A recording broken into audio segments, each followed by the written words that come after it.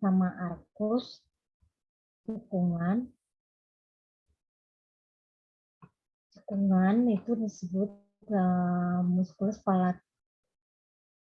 palatopharyngeus sama sinus tonsillaris, tonsilla palatina, sama musculus tensor veli palatini, sama musculus levator veli palatini. Sedangkan palatum durum itu yang membatasi dengan cavum nasi, itu yang bentuknya keras. Terus itu mukosanya cavum nasi, cavum oris, submukosanya gland palatini. Yang ketiga ada dasar mulut. Dasar mulut itu bagian dari inferior dari cavum oris. Itu ada diafragma oris, di situ ada musculus mylohyoid, sama yang keempat isthmus faucium, yaitu batas dari posterior. Ya, jadi saya balik lagi.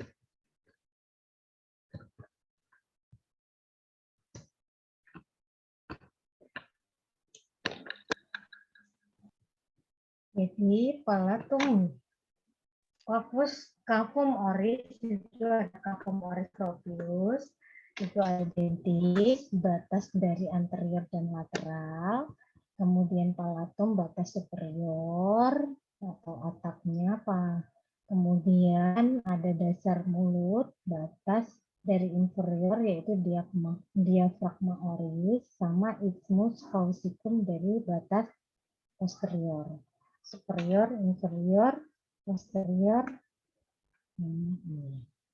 Kemudian kita ke yang kedua, vestibulum oris. Jadi cavum oris itu tadi ada dua, ya. Ini yang keduanya vestibulum oris. Batasnya itu ada ventral, labium, medial itu dentes, sama gingiva, lateral itu bukal, terdapat muara glandula dari parotis.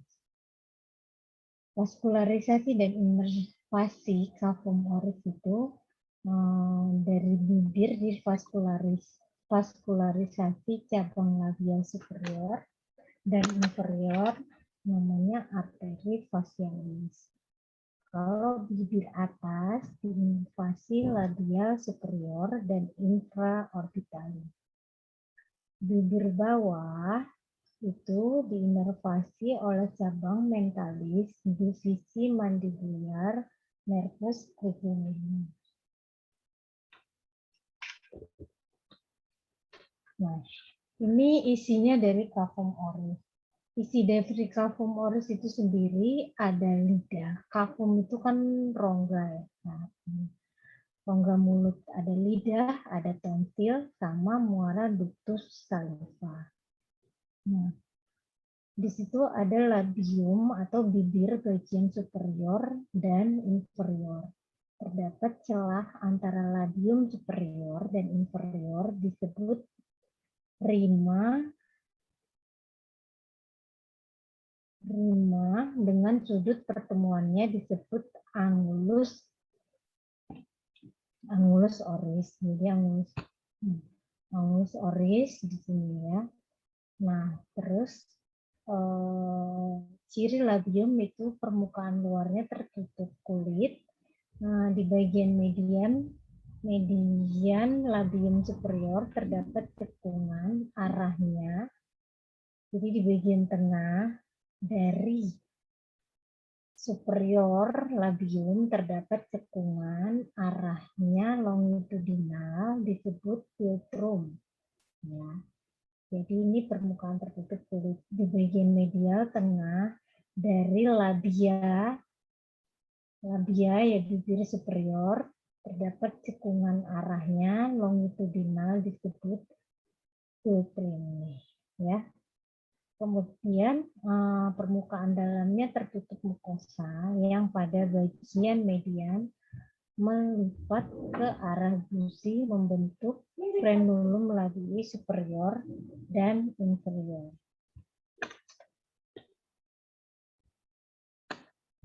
Kemudian kita ke lidah. Lidah merupakan organ muskular yang permukaannya tertutup mukosa, melekat pada dasar mulut, mandibula, dan osseoid. Ini gambarnya. Terus sebagian besar menempati cavum oris propus dan sebagian di orofaring.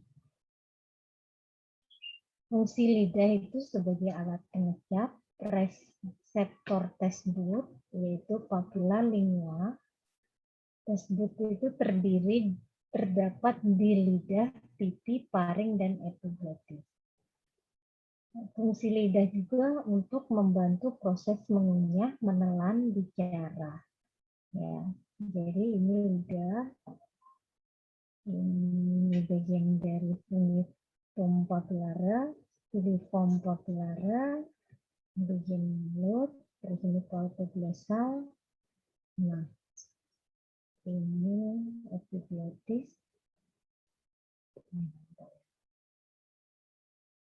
Nah, bagian-bagian lidah itu terdiri dari apeks, korpus, badan, radik, akar. Ya, jadi ada kepalanya apeks, ini apeks, di sini apeks, radik badan, di sini radik, korpus, baru kemudian radik. Nah, apa sih yang ada di korpus? Di korpus itu ada dorsum lingual, yaitu papilla lingual. Nah, di situ juga ada testibul. Terus ada margin lateralis, facies inferior, terdapat radix lingualis di batas cekungan, ini kan korpus ya, di batas cekungan V. Cekungan V ini sulcus terminalis yang puncaknya terdapat lubang buntu disebut foramen saecum. Nah, ini foramen saecum. Nah, kemudian radix atau basis dari linguala ini di dorsal sulcus terminalis dan arcus palatoglossus terletak di orofaring. Nah, di belakang ini disebut orofaring. Terus ada tonsilla lingual, merupakan kebanyakan jaringan limfoid.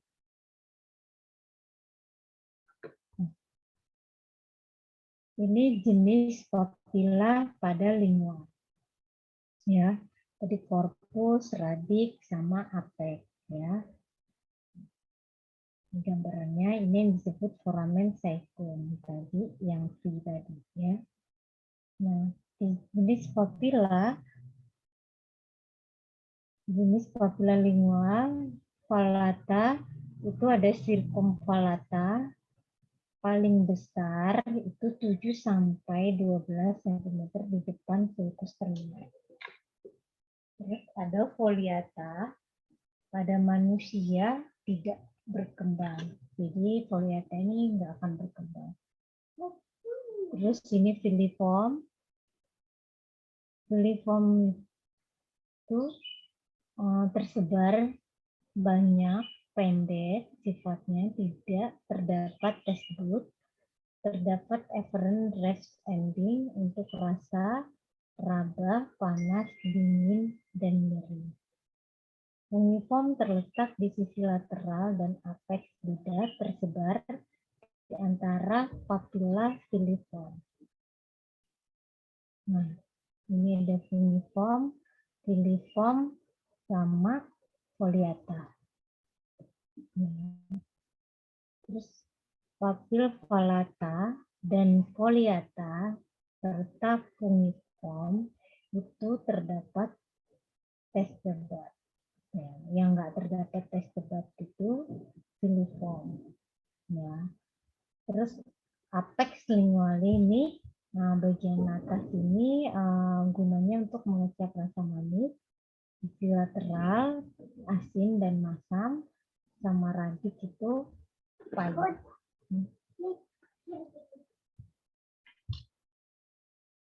Kemudian pada cavum oris proprius juga terdapat lidah, frenulum linguale, lipatan mucosa facies inferior, bagian median lidah menuju gusi.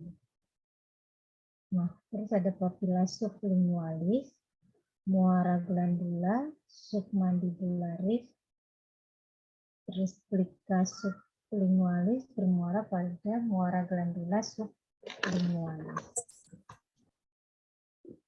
Ini otot-otot lidah sendiri itu ada lidah ekstrinsik dan intrinsik.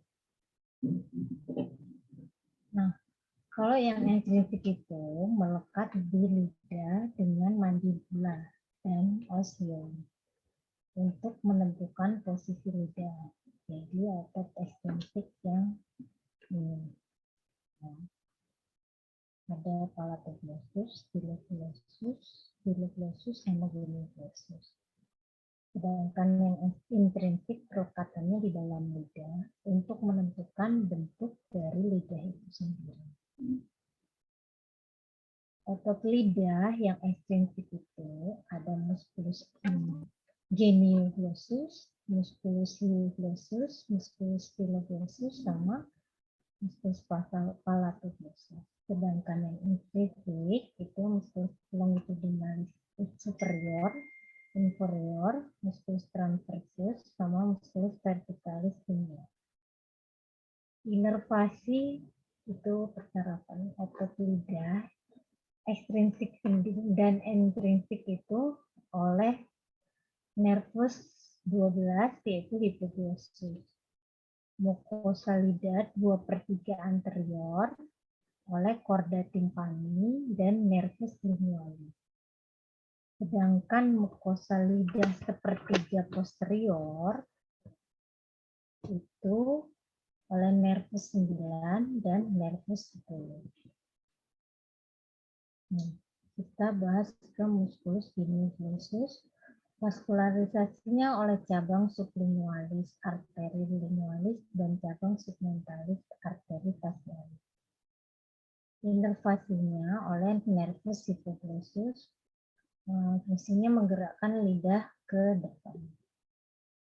Ini otot-otot ekstrinsik tadi. Nah, sekarang kita ke musculus styloglossus. Vaskularisasinya oleh cabang sublingual, arteri lingualis. Inervasinya oleh nervus hipoglossus. Fungsinya menggerakkan lidah ke atas dan ke belakang. Ini otot-otot intrinsik yaitu palatoglossus. Itu vaskularisasinya dari cabang palatina, arteri facialis, dan perineal ascendens. Inervasinya oleh nervus vagus, nervus 10. Fungsinya mengangkat apeks lidah dan saling mendekat.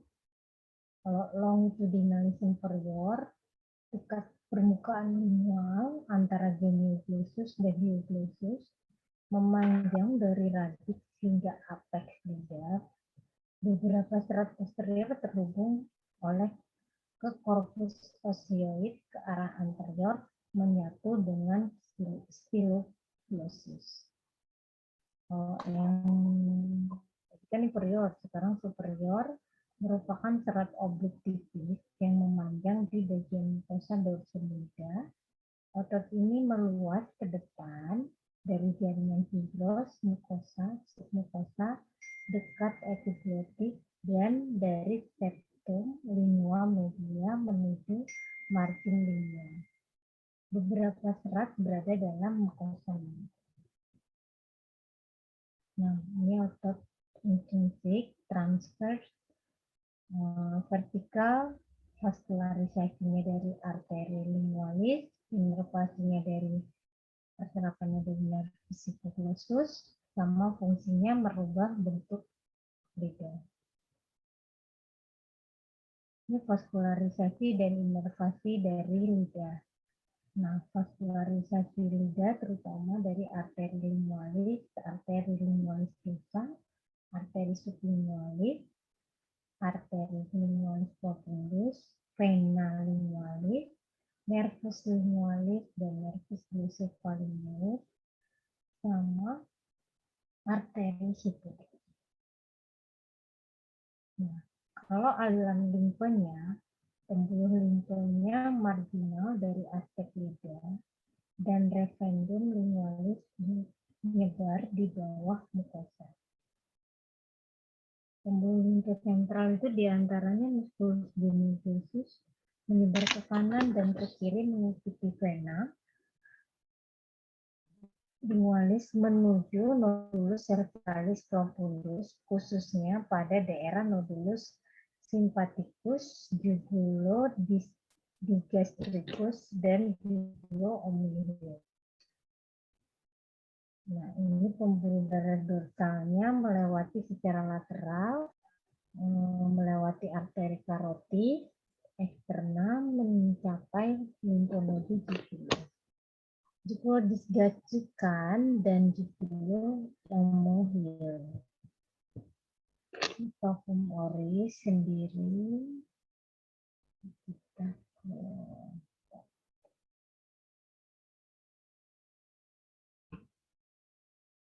esofagus.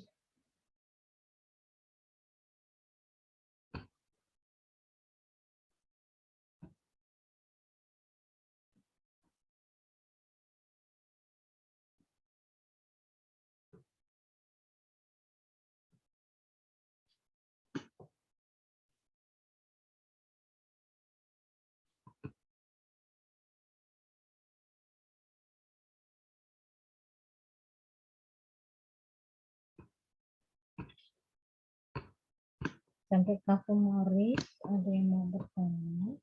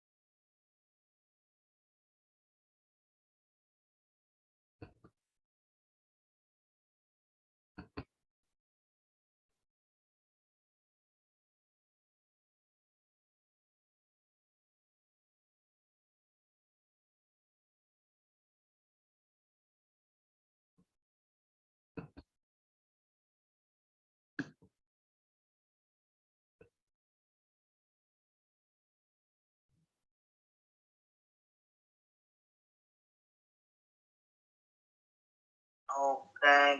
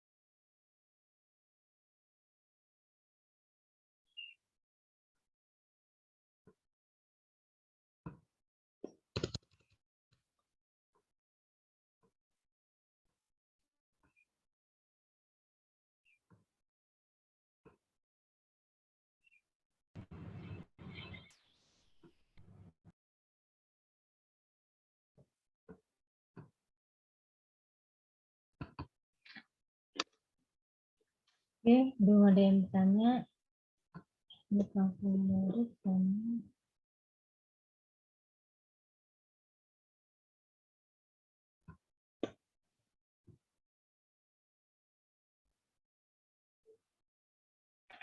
sama ya.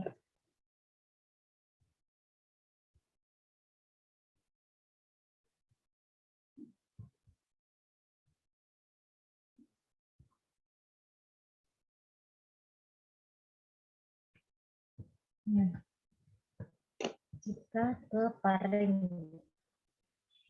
Apa sih paring itu? Paring itu sama aja dengan kerongkongan ya. Kerongkongan itu saluran untuk makanan dan udara. Ya, panjangnya sekitar 14 sampai 16 cm, memanjang dari fornix sampai awal dari esofagus di depan vertebra cervicalis. Nah, dibagi menjadi 3 bagian, ada nasofaring, orofaring, sama laringofaring. Nah, bagian paling atas itu nasofaring, orofaring, kemudian apa yang di bawah? Apa? Hipofaring. Ya. Di belakang kafum oris, di atas palatum letaknya. Ya. Berhubungan dengan kafum nasi melalui koana. Ini antara palatumol dan batas ini yang gambar tadi ya, ini orofaring, terus berhubungan kafum melalui ujung palisum, tonsium mengandung tonsilla palatina. Ini tonsilla palatina ya. Tonsilla palatina. Ini gambar dari laringofaring. Ini laringofaring. Laringofaring itu ada pita suara, di situ terdapat pita suara. Nah, pita suara itu yang mana sih? Pita suara itu yang ini ya, yang gambarnya mengkilat kalau misalnya dari apa dari aslinya. Nah, ini epiglotis, dan epiglotis, di dalam epiglotis ada pita suara. Nah, faring itu mengandung 3 muskulus konstriktor, yaitu menekan bolus untuk menuju esofagus, gerakan otot rangka atau disadari dia persyaratannya dari nervus superior.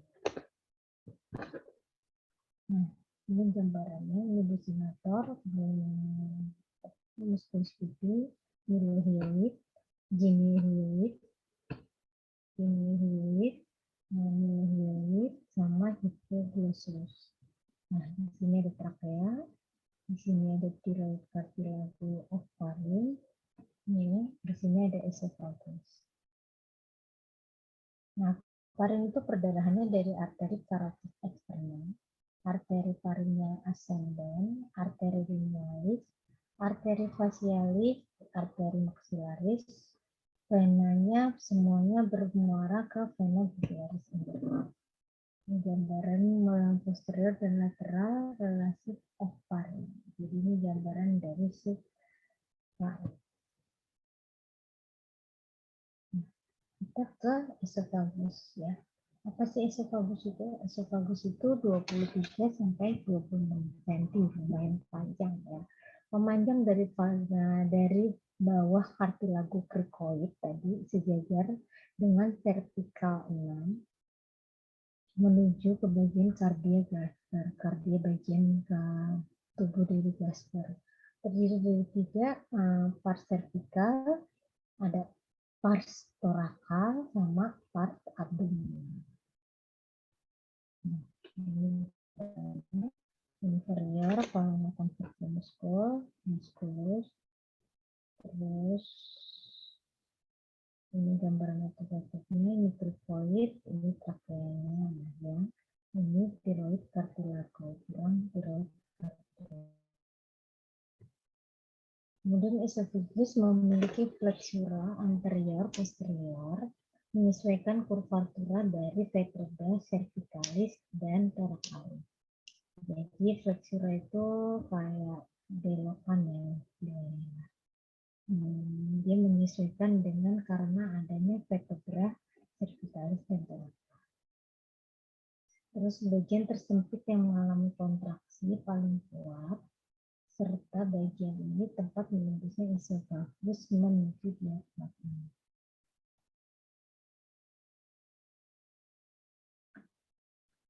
Terus esofagus itu bagian tersempitnya ada 3, yaitu GI tract selain APP, yang pada perjalanannya memiliki 3 penyempitan, yaitu yang pertama 15 cricopharyngeal sphincter, after esofagus vertikal 6 sama di bagian 25 cm dari arkus aorta dan transversa, sama saat melewati diafragma. Nah, ini bagian dari kandung pertama, termasuk pertama.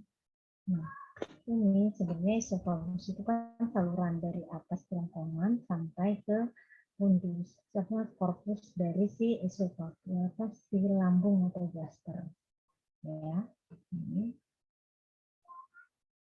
Nah, ini tadi upper esophagus sphincter sama lower esophagus sphincter. Ya, vaskularisasinya cabang dari aorta, arteri tiroidea, inferior, bronchialis, dan esophageal. Arterinya bisa arteri gastrica sinistra sama venica inferior. Ini gambarnya. Venanya itu ada intrinsik, intraesophageal sama extraesophageal, sedangkan extraesophageal itu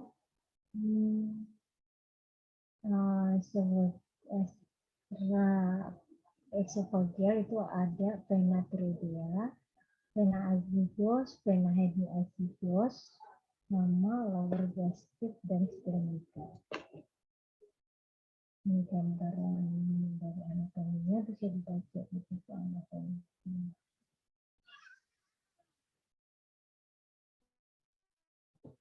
Kemudian inervasinya.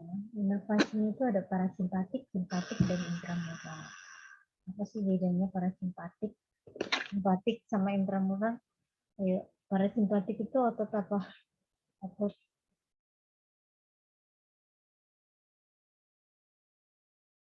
Otot apa?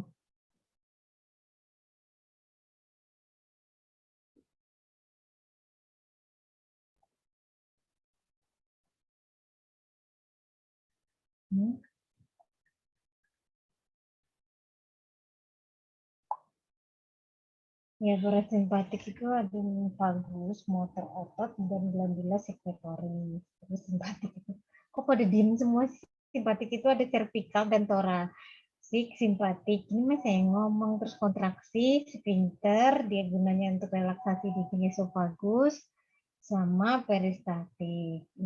Intramural itu ada lapisan muskularis, nah, sama lapisan submukosa atau Meissner plexus. Jadi atap cavum oris posterior itu apa? Atap dari posterior.